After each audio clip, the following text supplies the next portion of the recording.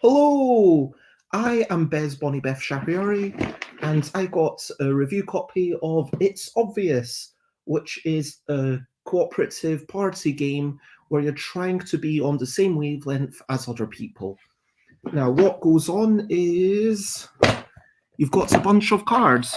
Um, some of these cards are going to be in the center, and some of these cards are going to be in front of individual players. So let's say it was like that, and I had these two, and you have these two, and then the other player has these two. Okay. So we've got to decide between ourselves who's going to get which of these cards from the center. And you're going to decide which card you take through this selector, through this hidden little selection wheel.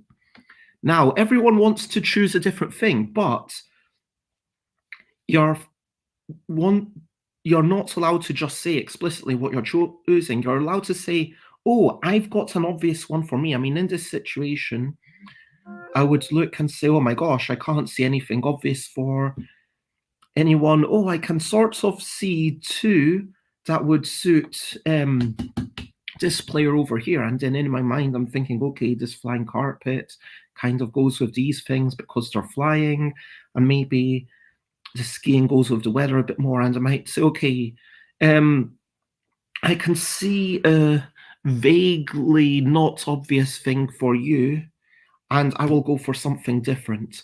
And so these will all have numbers on them, 1, 2, 3, 4.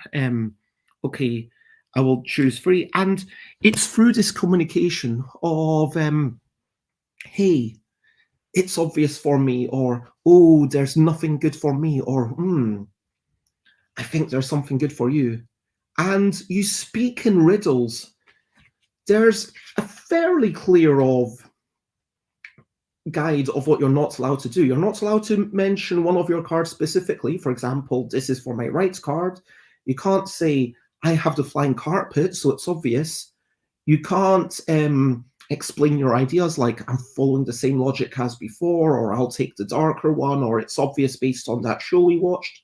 But what we can say is, my choice is obvious. My choice is a bit far-fetched. Nothing matches, so I'm going to try and stay away from yours. I think we're going to take the same card, I'll leave it for you. Things like that.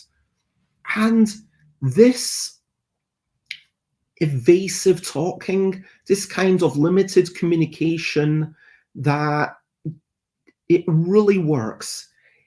It takes a round or two to get your head around it, and there is definitely, it's easier with fewer players, because with more players, there's more chance of matching other folk.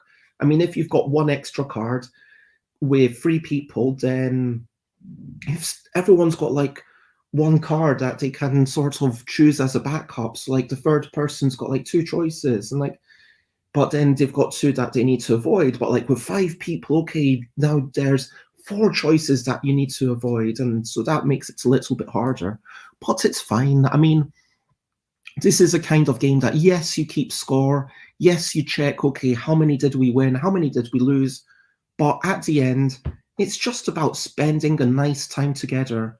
And honestly, in talking about it, it kind of gives me sentimental thoughts about all the times that we played and all the times we were like, oh, yeah, I see what's going on. And when you get that chain of, oh, that person's doing this because, and people get into rhythm, and then you start to learn about other people. And that's what games should do, in my opinion. Teach you a little bit about the other people at the table.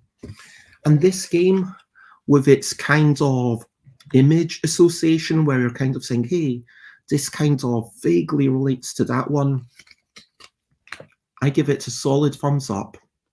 Good game. It's obvious. So, Timmy, and yeah, going to just squish that all together and be back in a couple of seconds. And I'll say bye, bye, bye, bye. This is a goodbye song. Bye, bye, bye, bye. Thank you for watching along. Bye bye.